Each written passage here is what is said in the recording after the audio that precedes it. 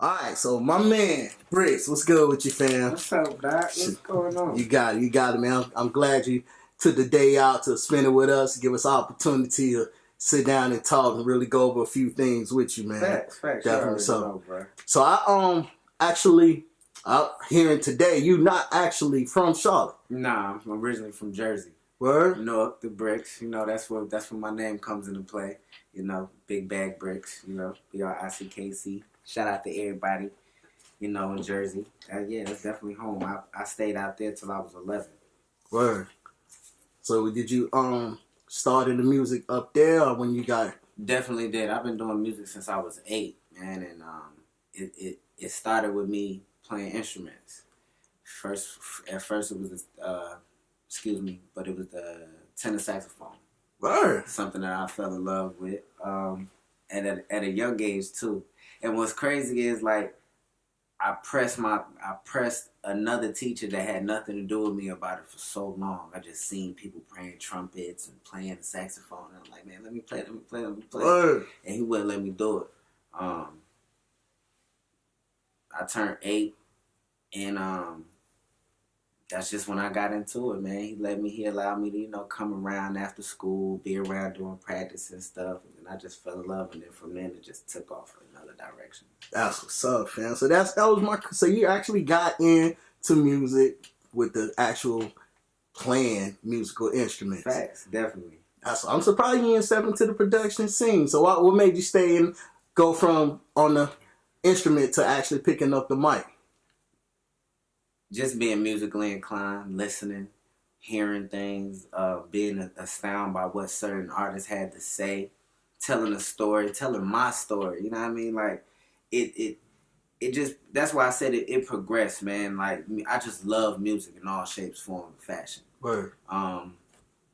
It started with the alto, and then it went to tenor, and then I started playing the drums, and then I played the piano, sung in the men's choir, shit like that. All that was cool, but as me being a person that wrote a lot and read a lot, you know, I love poetry. Oh, so you read, you're a reader, so you started actually writing poetry before you got into actually. Okay. Definitely did. And that's what brought me into it, hearing the music, falling in love with the music like Usher and, you know, R. Kelly back then and shit like that, love songs and shit like that. Yeah. Like, and they had something to say too. Like, yeah. So it was just something that grew into me. I actually didn't start getting into rapping until I got to Charlotte and just being in different freestyle circles in high school and middle school and shit. So, yeah. No doubt, yeah. R. Kelly and Usher, as you think back, they music do tell stories too. Facts, they do. Definitely, especially R. Kelly. Just, you know, sorry that he going through what he going through. Hopefully it's not true. If it is, man, that's messed up. But man, he does definitely tell stories. So as an MC, what MC in the industry actually inspired you lyrically? Jay-Z. Jay? Hope. And it was no doubt about him, man. Like, just his grind, his work ethic, what we seen him grow into, like, he has the most inspiration on my life. Word. So, all right. So, you actually answered a couple of my questions, because definitely Brickz was definitely one of the questions I was going to ask. Where did that name come from? So, it actually came from your original home. Mm-hmm. All right. That's what's up, my G.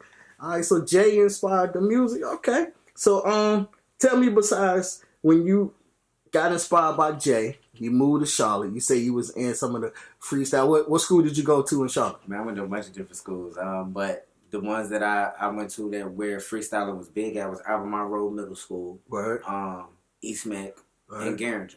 Word. Those were the big, like, I won talent shows at these schools, like, for rapping, and we used to always just be on the bus and just everywhere just freestyling. That's just what we did. So what did you go from, when did you stop freestyling and say, you know what, man, I'm finna start writing some actual songs, put them in song format? Because, you know, freestyling is definitely not making hits. Nah. You know what I'm saying?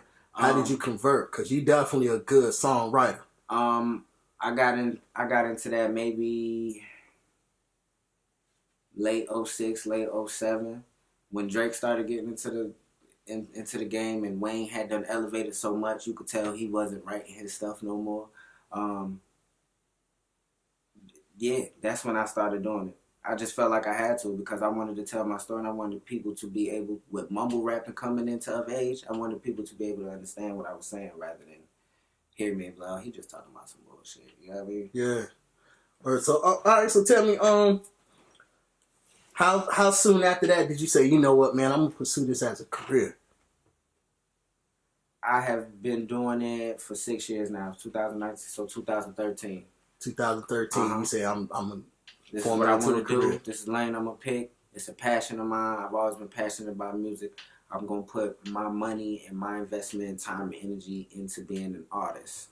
I'm going to take this lane and I'm going to build bigger brands than what I ever thought I could possibly build simply from that. But this is the lane that I'm going to pick. My networking skills are invincible. I can actually rap. I have a story to tell.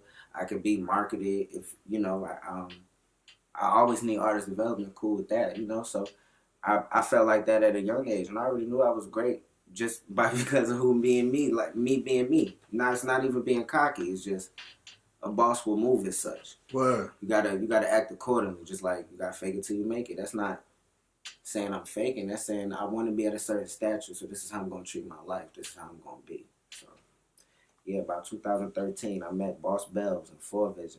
Started with them boys. But you know, you seen me as a young age. Coming up Almont Road. Yep. So you telling me the stories because I seen you, but I didn't know the journey. Right. You know what I'm saying? Right. You're definitely on the journey. So how was the relationship with 4Vision and how did that kick off?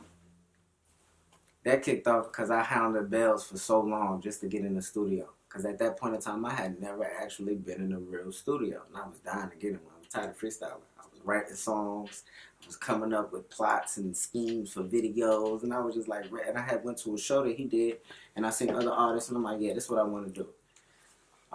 Couple weeks after I met him, he invited me out. They did a birthday party for me, allowed me to perform my first time ever, and got there, and it went from there.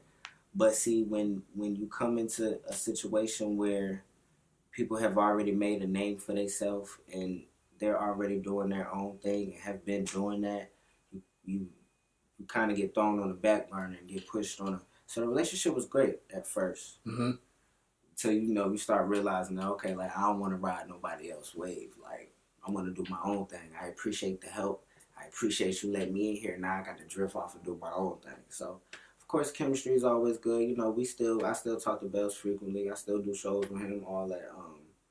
You know, 4Vision ain't brought out nothing new yet, but be looking out for their new shit that they working on. So. Oh, that's good to hear. I want to get to talk with them brothers too, man, because yeah, Bells definitely be out here moving. I see him more on the promotion side. Yep, and that's what he's focused on right now, and ain't nothing wrong with that. Nothing wrong with that at all. Absolutely.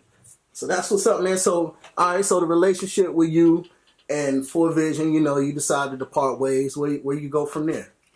Man, I actually dibbled that, like, it's crazy because I'm just an open-hearted person. I'm a real cool dude. I'm laid back. I try to fuck with everybody.